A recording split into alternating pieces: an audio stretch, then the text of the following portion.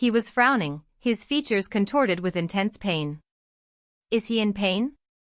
But, weren't his wounds supposed to heal quickly no matter what? He said it himself before. Even if his head is cut off, the Demon King rises again alive. In his flank and above his collarbone. The flank wound, pierced by the long sword, was completely healed as if nothing had happened. As for the stab wound above the collarbone, it is still bleeding profusely. The wound never heals. An idea immediately passed through her mind, the sword that was in Fenric's grip. That same sword she gave him in training. The only legacy Vanessa left to Presepe. Why? Why? There was not an ounce of extraordinary strength in him capable of wounding the Demon King. Didn't find an answer to this puzzle. Vidar looked in pain as he had never done before. Maybe because he had never known such pain. The wound was deep and fatal. Any other human being would have been bleeding out within minutes. What to do? But, in such a case, wouldn't she be able to escape? However, her thoughts did not last long, as Vidar's pale hand reached out to grip her wrist tightly. Are you trying to run away again? You won't go. For him to say something like that when he was in such a miserable state was something ridiculous. He looked like he was going to collapse at any moment, yet he said such dry words. Vidar didn't care what Presepe was thinking, but he pulled her towards him forcefully. She lost her balance and fell on top of him, then quickly moved away from him and sat down in confusion. Even the clothes she was wearing were torn and in bad condition, and staying close to him was not in her best interest.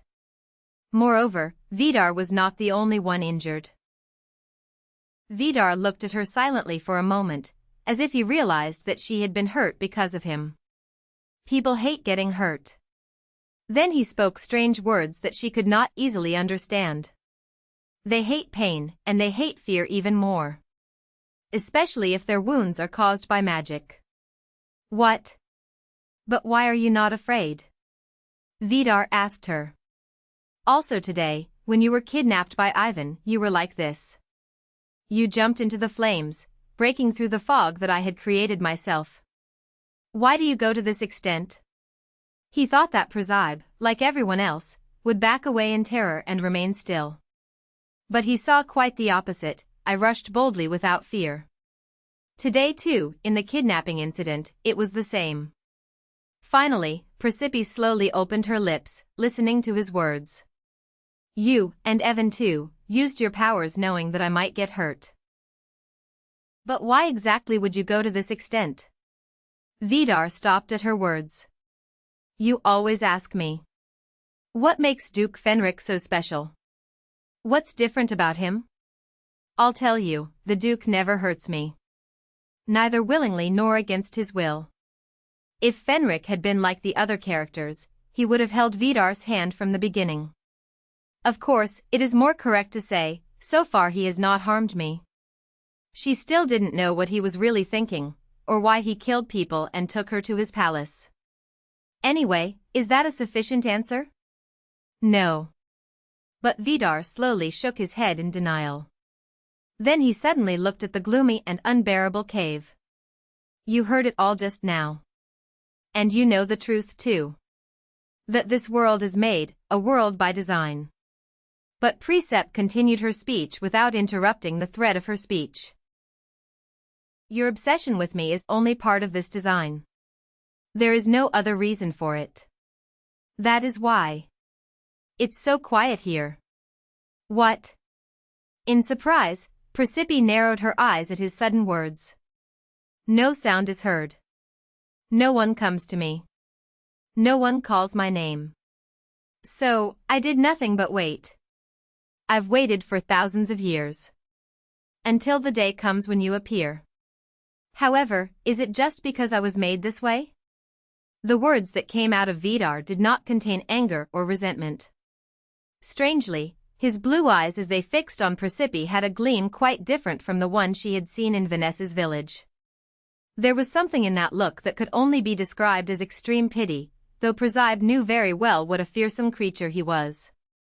Even when I imitate Fenrik, even when I act on my own terms, even when I show you that the person you should choose is me, if your answer is still just no, what should I do with you? What should I do with you? Only then did Presepe realize why she felt this recurring strangeness, that feeling of déjà vu whenever Vidar acted. It was just as Vidar said, he was imitating the actions of Fenrik she had seen before. All just in order to win Precipice's heart. For the sake of the heroine alone, he waits and waits for a very long time, and when he finally meets her, he is saved and finds peace. Suddenly, the pages of the setting book she had seen in the dream came to mind. Does this mean that if you don't choose Vidar, he will never be able to find peace? Even if she chooses Fenrik, destroys the game system, and is able to leave this world, will Vidar remain trapped in this cave, spending his whole life alone, waiting for her who will never return? Just as he has done for the past thousands of years? Maybe you are also a victim of the system. Unlike other characters who have everything, you are the only one who needs me. Without me, there is only pain. How many thousands of years of time do you think?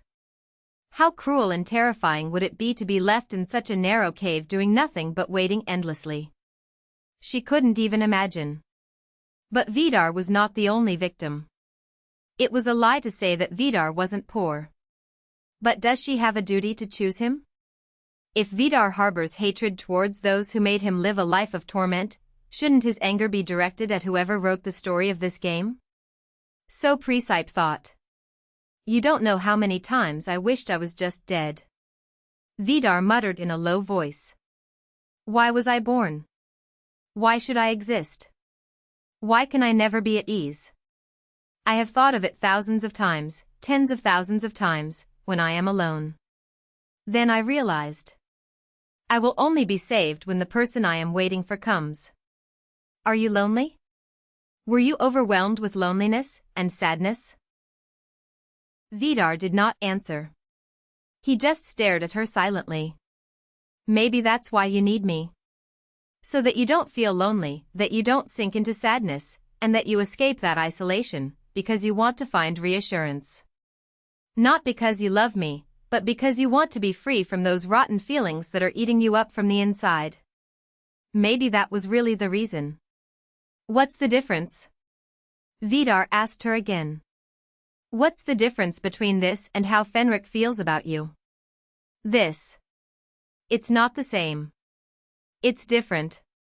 But before Presepe could form the words, Vidar said something she had never thought of.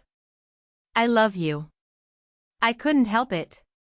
In his blue eyes, directed at her, there was no trace of lies or force.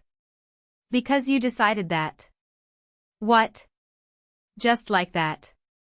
There was nothing else. What does he mean by this?